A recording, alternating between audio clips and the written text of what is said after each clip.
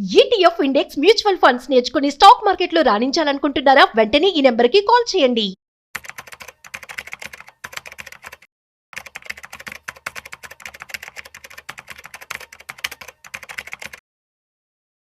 Hi hello నమస్తే welcome to business bus with Rajiv on Suman TV. So guys, ఇవాళ మనతో ఒక స్పెషల్ గెస్ట్ ఉన్నారు, Sundar Ramireddy garu. So one of the expert in stock market.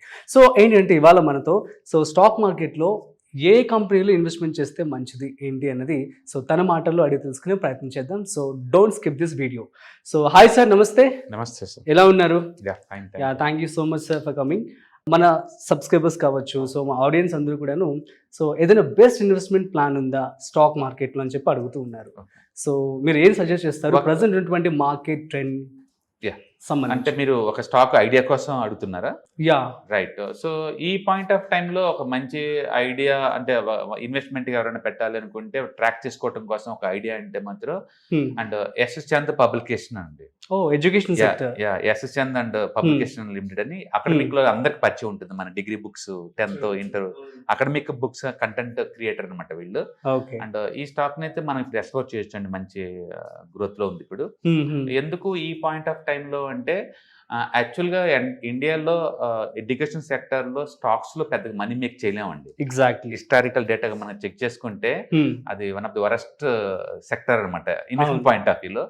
But why I like this company అంటే ఒకటి, ఇది educational content creator అండి. 85 years నుంచి ఉంది ఇది ఇండియాలో. 85 years నుంచి రన్ చేస్తా ఉన్నారు. అండ్ పర్టికులర్ గా అకాడమిక్ వాటిలో ఇది one of the best publication అనమాట. రెండోది, ఇప్పుడు నేషనల్ ఎడ్యుకేషన్ పాలసీ మార్చారు మీకు తెలుసు. అండ్ 2027 కల్లా ఎంటైర్ ఇండియా కూడా యూనిఫామ్ సిలబస్ తీసుకొస్తున్నారు. అందుకని ఇప్పుడు ఉన్న ఈ బుక్స్ ఏవైతే ఉన్నాయో అవన్నీ రీడిఫైన్ చేసుకోవాల్సి ఉంటుంది. అందుకని ఇంత ముందులాగా కోటికి వెళ్ళి సెకండ్ హ్యాండ్ బుక్స్ కొంటానంటే వర్కౌట్ అవ్వదు అది. ఎందుకంటే ఎంటైర్ కరికులం మారుస్తున్నారు కదా, కరికులం మారుస్తున్నారు, ఎంటైర్ ఎడ్యుకేషన్ సిస్టమ్ మారబోతుంది. అందుకని హ్యూజ్ పబ్లికేషన్ ఆపర్చునిటీ రాబోతున్నాయి వాళ్ళకి, వాళ్ళు ఆ ఏరియాలో ఉన్నారు కాబట్టి.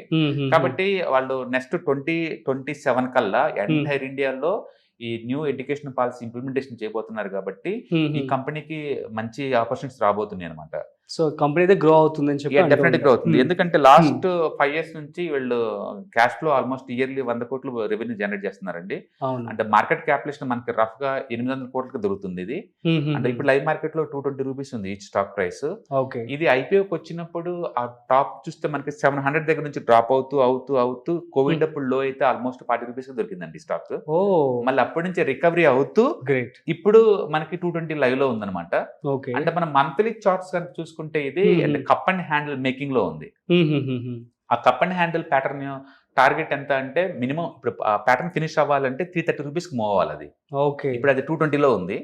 ఒకసారి 330కి మూవ్ అయింది అనుకోండి, అది బ్రేక్అవుట్ అయింది అనుకోండి, ఈ కప్పు లెంత్ ఎంత ఉందో అంత డెప్త్ పైకి బ్రేక్అవుట్ అవుతుంది అనమాట. నేను అనుకోవటం ఏంటంటే నెక్స్ట్ 2-3 years కి ఇది ఒక 1000 రూపీస్ కల్లా వెళ్ళే ప్రాబిలిటీ ఎక్కువ ఉంది. నా ఎక్స్పెక్టేషన్, అంటే రియాలిటీ వస్తూ లేదు మనకు తెలీదు. But great stock and moment create అవుతుంది. అంటే గ్రీన్ వాల్యూమ్స్ బాగా అవుతుంది, అంటే ఇన్స్టిట్యూషనల్స్ బాగా దాన్ని ఫైల్ అప్ చేస్తున్నట్టు మనకు అనిపిస్తుంది. And more over debt free company next year కల్లా అది డెట్ ఫ్రీ కంపెనీ.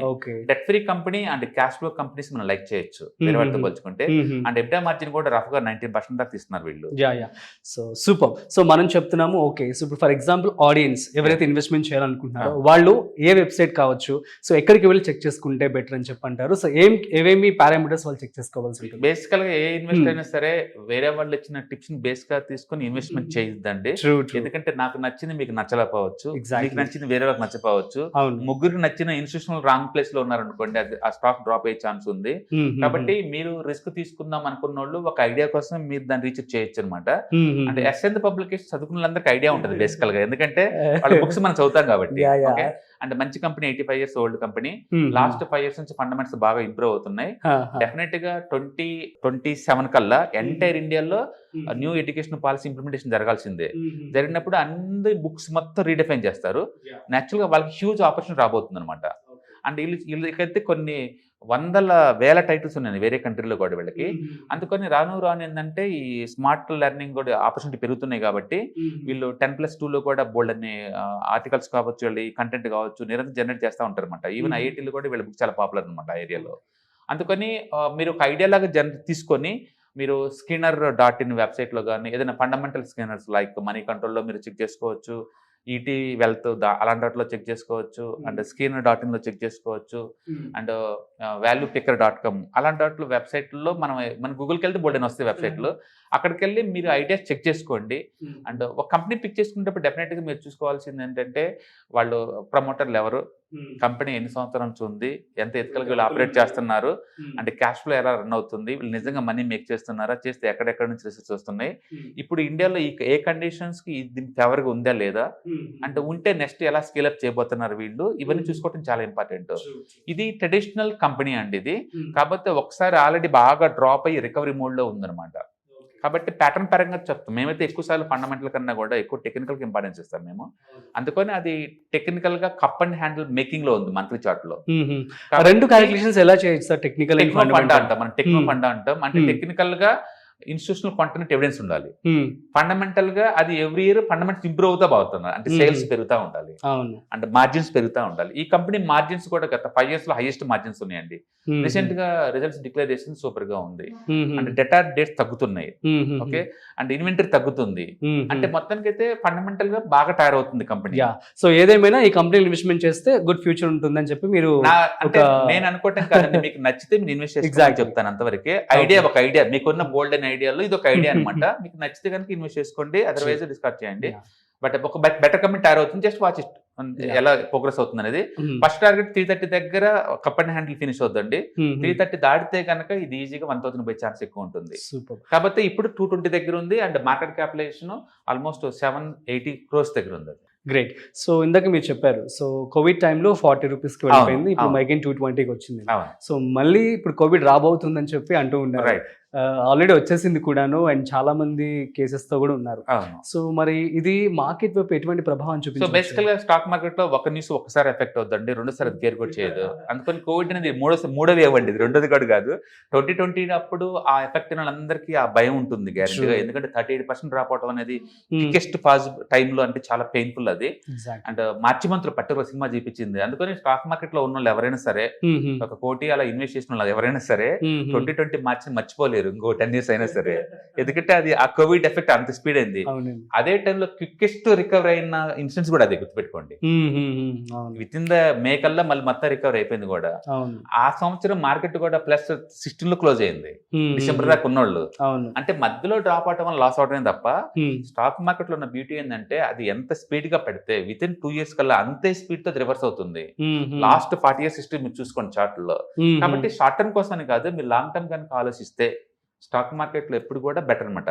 అయితే స్టాక్ జోలు పోవటం బెటరా, ETFs, index funds, mutual fund అంటే బెటర్ అంటే, నాలెడ్జ్ లేని వాళ్ళు ఎప్పుడు కూడా మ్యూచువల్ ఫండ్స్, ఈటీఎఫ్స్ జోలు వెళ్ళండి, ఎందుకంటే అవి రీబ్యాలెన్స్ అవుతా ఉంటాయి. ఎవ్రీ 6 months ఒకసారి సేఫ్ సైడ్ ఉంటారు. స్టాక్ జోలు పోతున్నారంటే మీరు టెక్నికల్ గా నాలెడ్జ్ ఉండాలి, ఫండమెంటల్ గా నాలెడ్జ్ ఉండాలి. మేము ఐడియా జనరేట్ చేస్తాం కాబట్టి end of the risk bear చేయాల్సింది మీరే కదా. అందుకని మీరు స్టాక్ చూసుకునే వాళ్ళు ఐడియా మాత్రం తీసుకొని ఫర్దర్ లిక్ చేసుకొని మీకు నచ్చితే you can go on the investment అంతే. కాబట్టి ఇది ఇన్వెస్ట్మెంట్ ఐడియా తీసుకోమాకండి, జస్ట్ ఐడియా అంతే. సో గోల్డ్ అండ్ స్టాక్ రెండింటికి డిఫరెన్స్ చెప్పమంటే ఏమని చెప్తారు? ఈక్విటీ మార్కెట్ అండి ఇది, ఈక్విటీ టూ మచ్ గా డిస్టర్బెన్స్ ఎక్కువ ఉంటుంది. బట్ గోల్డ్ అలా కాదు, stable asset and guarantee asset, and మన యావరేజ్ ఎక్స్పెక్టేషన్ ఒక 13 to 14% అలా పెట్టుకుని ఉంచుకోవచ్చు గోల్డ్ ని. గోల్డ్ లో పెట్టుకున్నప్పుడు ఏంటంటే మనం అది ఒక పడిద్దని అనే థాట్ ఎవరికి రాదు, పీస్ ఆఫ్ మైండ్ దొరుకుతుంది. ఈక్విటీ అలా కాదు, టూ మచ్ వాలటిలిటీ, ఎందుకంటే ఈక్విటీస్ ఎప్పుడు కూడా ఇంటర్నేషనల్ న్యూస్ తోటి, లోకల్ న్యూస్ తోటి, పొలిటికల్ గా, జియోగ్రఫికల్ గా, సెక్టార్ న్యూస్ తోటి ఎప్పుడు నిరంతరం షేక్ అవుతా ఉంటుంది. అందుకని ఏ బ్యాడ్ వచ్చిన ఫస్ట్ ఎఫెక్ట్ ఇది ఈక్విటీ మార్కెట్స్. కాబట్టి ఈక్విటీ అందరికి సూట్ అవ్వవు, బట్ గోల్డ్ అందరికి సూట్ అవుతుంది ట్రెడిషనల్ గా. అంటే ఈక్విటీలో మనం ఇయర్లీ యావరేజ్ 20% ఎక్స్పెక్ట్ చేయొచ్చు, but too much up and downs తోటి. గోల్డ్ అలా కాదు, stable asset and smooth asset. అందుకని రెండు డిఫరెంట్ అసెట్ క్లాసులు అవి, మనం కంపేర్ చేయకూడదు డైరెక్ట్ గా. బట్ అదర్వైజ్ అయితే both are good. Gold diversification కోసం బాగా పనికొస్తుంది. సూపర్ బండి. సో మొత్తానికి అయితే Asian publication one of the good investment అని చెప్తున్నారు. సో అంటే ఈ రేట్ దగ్గర దానికి రాబోతున్న ఆపర్చునిటీతో కంపేర్ చేసుకున్నప్పుడు ఈ ప్రైస్ బెస్ట్ ప్రైస్ అంటారు అంతే. ఓకే, సూపర్ బండి. సో గైస్, మీ అందరికి అర్థమైంది కదా, ఇది ఒక one of the good investment అనమాట. సో మరొక స్పెషల్ స్టాక్ కంటెంట్ తో మళ్ళీ కలుద్దాం. అంతవరకు చూస్తూనే ఉండండి business buzz with Rajiv on Suman TV.